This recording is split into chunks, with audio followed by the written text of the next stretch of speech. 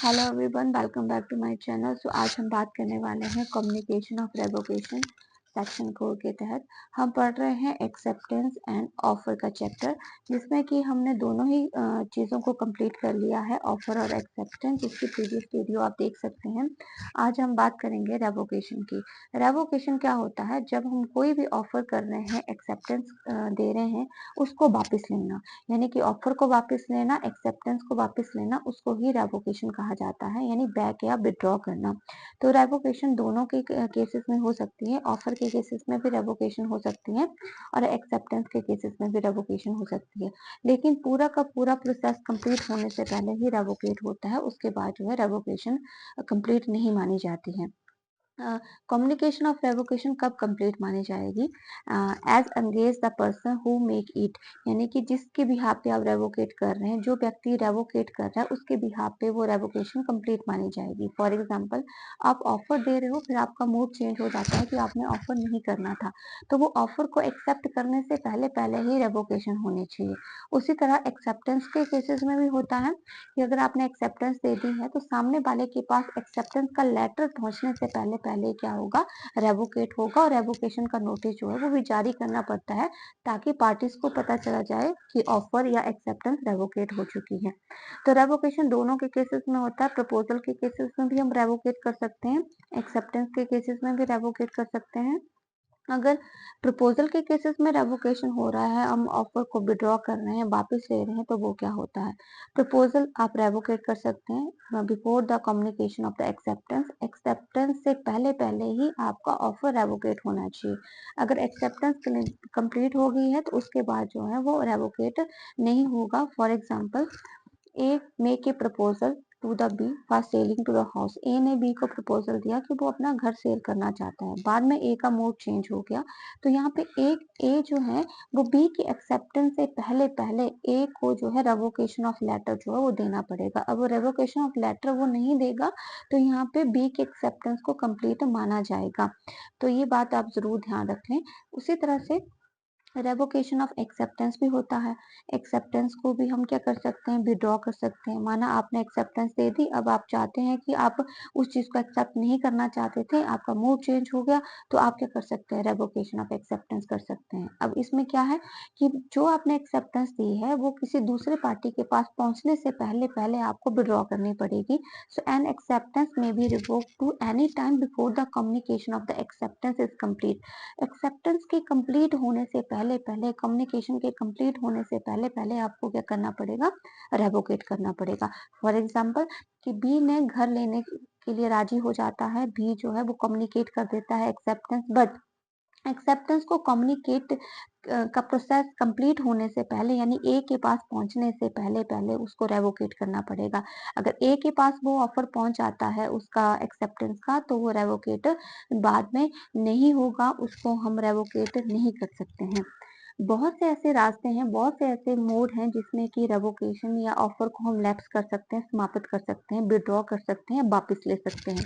Lapse का मतलब होता है कम टू द एंड, यानी कि जो आपका ऑफर है वो आप वापस ले रहे हो। तो पहले कैसे आप वापस ले सकते हो? रेवोकेशन के बहुत से मोड हैं, रास्ते हैं। फॉर एग्जाम्पल, आप नोटिस जारी करके रेवोकेट कर सकते हैं। ऑफरर या ऑफररी दोनों ही नोटिस जारी करके रेवोकेट कर सकता है। ऑफर का रेवोकेशन ऑफरर करेगा, और एक्सेप्टेंस का रेवोकेट प्रोमाइजी करेगा। सो एन ऑफर में B revocate before the completion of the transmission, यानी कि पूरा इंफॉर्मेशन कंप्लीट होने से पहले पहले हमें रेवोकेट करना पड़ेगा और नोटिस जारी करना पड़ेगा। Notice of revocation will be take effect only when come to the knowledge of the offeree, यानी कि जिसको हम ऑफर कर रहे हैं उसके नोटिस से पहले पहले हमें ये चीज क्या करना पड़ेगा? कम्युनिकेट करना पड़ेगा कि हमने उसके ऑफर को या उसकी एक्सेप्टेंस को रेवोकेट कर दिया है।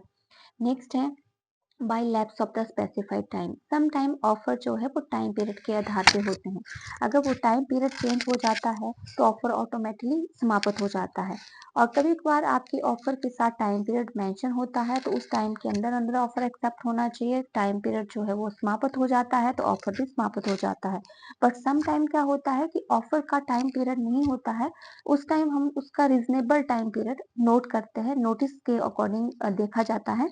फॉर एग्जाम्पल, एम ने शेयर के लिए अप्लाई किया था इन जून, अलॉटमेंट वाज मेड इन नवंबर। अब जून में अप्लाई किया था, अलॉटमेंट कब हो रही थी? नवंबर में। तो एम जो है वो शेयर होल्डर ट्रीट नहीं किया जाएगा, क्योंकि यहाँ पे अलॉटमेंट जो है वो देर से हुई है। स्पेसिफाइड टाइम पीरियड जो है वो ऑटोमेटिकली जो है वो लैप्स हो चुका है यहाँ पे। तो ऑफर यहाँ पे क्या माना जाएगा? रेवोकेट माना जाएगा। नेक्स्ट है by death and the insanity of the proposer. Insanity of the proposer यानी कि किसी व्यक्ति की डेथ हो जाना। तो death of proposer put to end of the offer. अगर प्रपोजर की ही डेथ हो जाती है तो ऑफर भी कंप्लीट माना जाता है। किसी व्यक्ति की death insanity come to knowledge to the acceptor before to acceptance. Acceptance से पहले ही पता लग जाता है कि जिसने ऑफर दिया है वो उसकी डेथ हो चुकी है, तो प्रपोजल अपने आप ही क्या हो जाता है? समाप्त हो जाता है। By making to counter offer. Counter offer क्या होता है? हमने कल भी बोला था कि सामने हम 100 में रुपीज में चीज बेचने वाले हैं और सामने वाला उसको 90 में एक्सेप्ट करने के लिए बोल रहा है, तो वो 90 काउंटर ऑफर है। तो जब काउंटर ऑफर होता है तो ओरिजिनल ऑफर ऑटोमेटिकली ही समाप्त हो जाता है। अब ओरिजिनल ऑफर क्या था आपका? 100 के रुपीज के हिसाब से चीजें देना, और काउंटर ऑफर क्या हुआ? 90 के हिसाब से चीजें लेना। तो 90 के हिसाब से अगर चीजें आप दे रहे हो तो 100 वाला जो ओरिजिनल ऑफर है वो क्या हो जाएगा? समाप्त हो जाएगा। नेक्स्ट है non acceptance in the mode of the prescribe. अब इसमें क्या रहता है? अगर आपका मोड जो है वो प्रिस्क्राइब नहीं है तो वहां पे एक्सेप्टेंस भी वैलिड नहीं होगी। If an offer is not accepted according to mode, मतलब जो आपने पार्टिकुलर ऑफर दिया लेटर के हिसाब से पोस्ट किया, सामने वाले का भी जो एक्सेप्टेंस है वो लेटर के हिसाब से होगी, टेलीफोन के माध्यम से या डायरेक्ट कम्युनिकेट किसी एजेंट के माध्यम से वहां पे वैलिड नहीं होगी। If an offer is not accepted according to the mode prescribed, it will be left provided to offer or giving to notice for the offeree that acceptance is not according to prescribed mode। यानी कि आपने जो particular mode decide किया था कि fax के माध्यम से, मेल के माध्यम से या फिर पोस्ट के माध्यम से हमने चीजों को एक्सेप्ट करना है, सामने वाले ने वैसा नहीं किया है तो उस चीज को एक्सेप्टेंस को रिजेक्ट कर दिया जाता है। By rejection of offer by the offeree, यानी कि यहाँ पे जिसको हम ऑफर दे रहे हैं उसने ही उस ऑफर को एक्सेप्ट नहीं किया है, वो एक्सेप्ट नहीं करता है, रिजेक्ट कर देता है, तो वो रिजेक्ट भी आपके एक्सप्रेस इम्प्लाइड बिहेवियर से हो सकता है। तो यहाँ पे ऑफर जो है वो रेवोकेट या लैप्स ऑफ टाइम के हिसाब से वापस हो जाता है या रिजेक्ट हो जाता है। नेक्स्ट है by change of the law. माने जब आपने ऑफर किया था तो वो लॉ उस टाइम कुछ और था, अब लॉ चेंज हो चुका है तो ऑफर ऑटोमेटिकली क्या समाप्त हो जाएगा?